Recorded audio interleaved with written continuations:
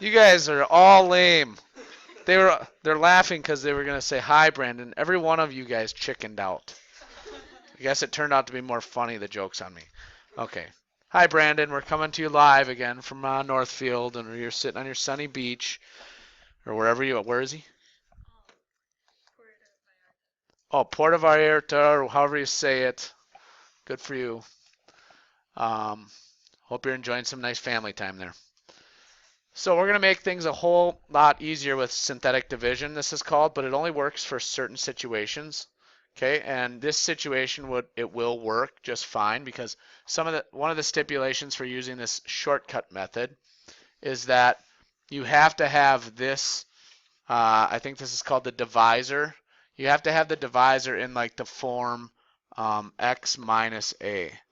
So it has this basically it can't be a squared, and it has to have a 1 on the x there.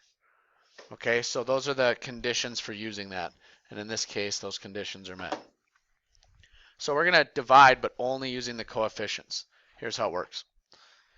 Whatever your dividing, whatever your divisor is, this value, what makes, like when we were solving quadratics, it was like, what value makes that 0?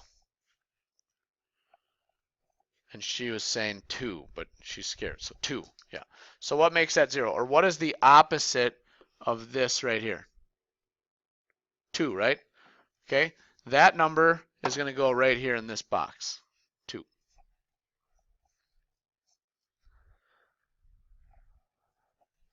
All the coefficients, even the missing ones, of this dividend, I think that's the fancy word for that part, are going to go right here. 1, 0, because we're missing an x squared term, 2, and -1.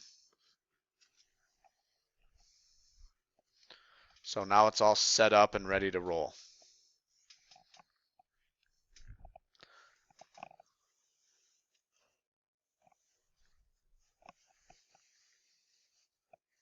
Is it missing? Oh, did I skip a page or something? Oh, I did. Huh. All right, well, I skipped a page, but this is where you have to add missing terms. The one before it, oh, did I go all the way down on here or something? No. Okay, if you're confused, I skipped the whole page. I wanted to do these first, but it's just Bolio being stop again, and it's just some of the goofy things that I do. Okay, so no big deal. The process is the same. Here's how it goes. Take the first term, and bring it right down here and copy it down. Okay. So that always starts off as your first term. So bring this one down. This one comes down.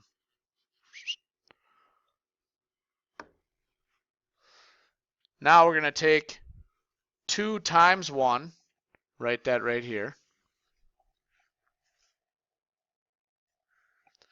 and add these together.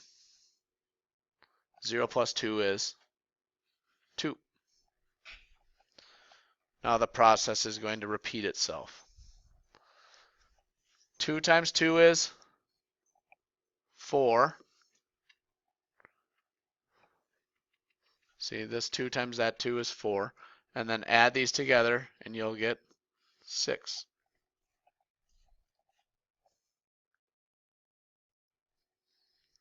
Two times 6 is 12. Add these together, and you get 11.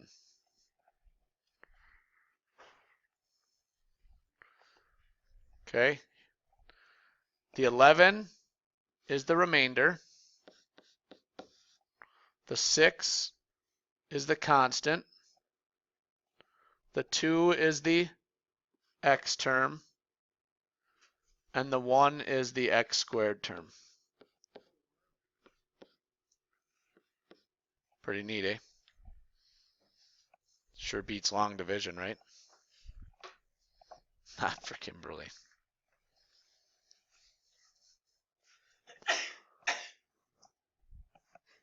Bless you.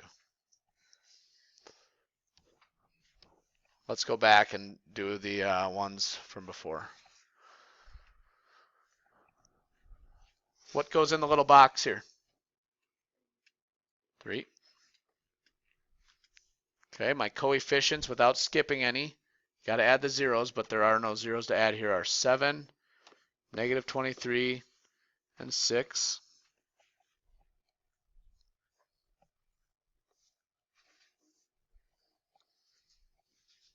Bring the first one down and copy it down there. That starts everything off. So 7 comes down.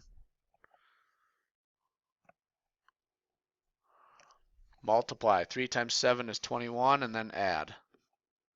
Negative 2. Multiply. 3 times negative 2 is negative 6. Add. 0. What does it mean when 0 is a remainder? It divides in evenly, which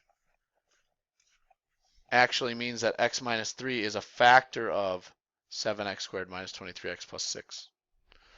0 is your remainder, 2 is your constant, 7 is your x term.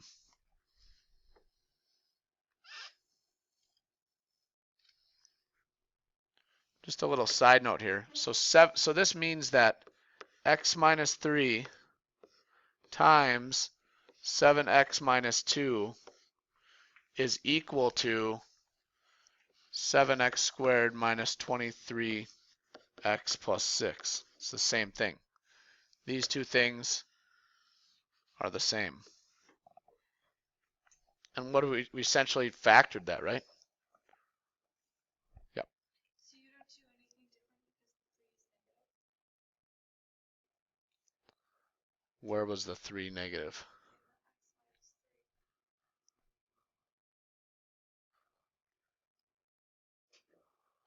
Not sure what you mean. Like in the equation, it's x minus 3. Yeah. So you leave that positive, she's saying? Or you change it to positive? Because in the little box that they're requiring that. Yeah, whatever goes in this little box right here is the opposite of this. That's how the whole process works. But like in the end, what this all means is that whatever you get for your answer, you know, that this, whatever it is, this times this is equal to this. That's how dividing works, right? And sometimes it has a remainder and sometimes it doesn't. Yeah, so like this minus 3 part just stays minus 3. Was that your question? I'm just confused why the negative 3 turned into a positive 3 when you both. Right here? Yeah. That's just how the process works.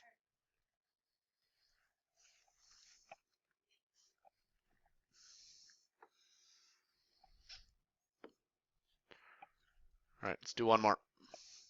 What goes in the box? Negative 2.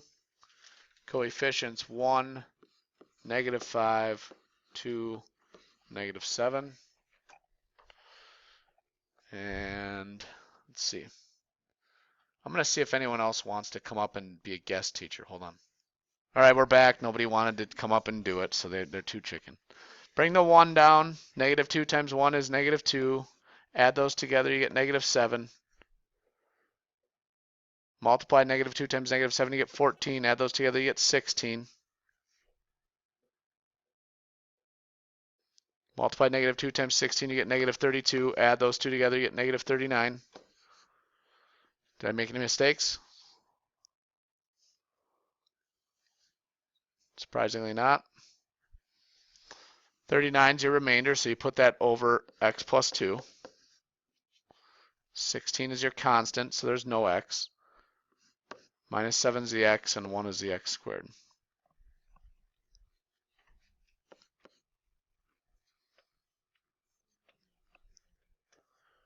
Right, so what does that mean? That means that all this stuff times this stuff is equal to that stuff. That's how dividing works. All right, under 10 minutes, good job. Let's all say goodbye to Brandon, okay? Oh, actually, a few guys said something. We don't miss you that much. All right. Bye, Brandon.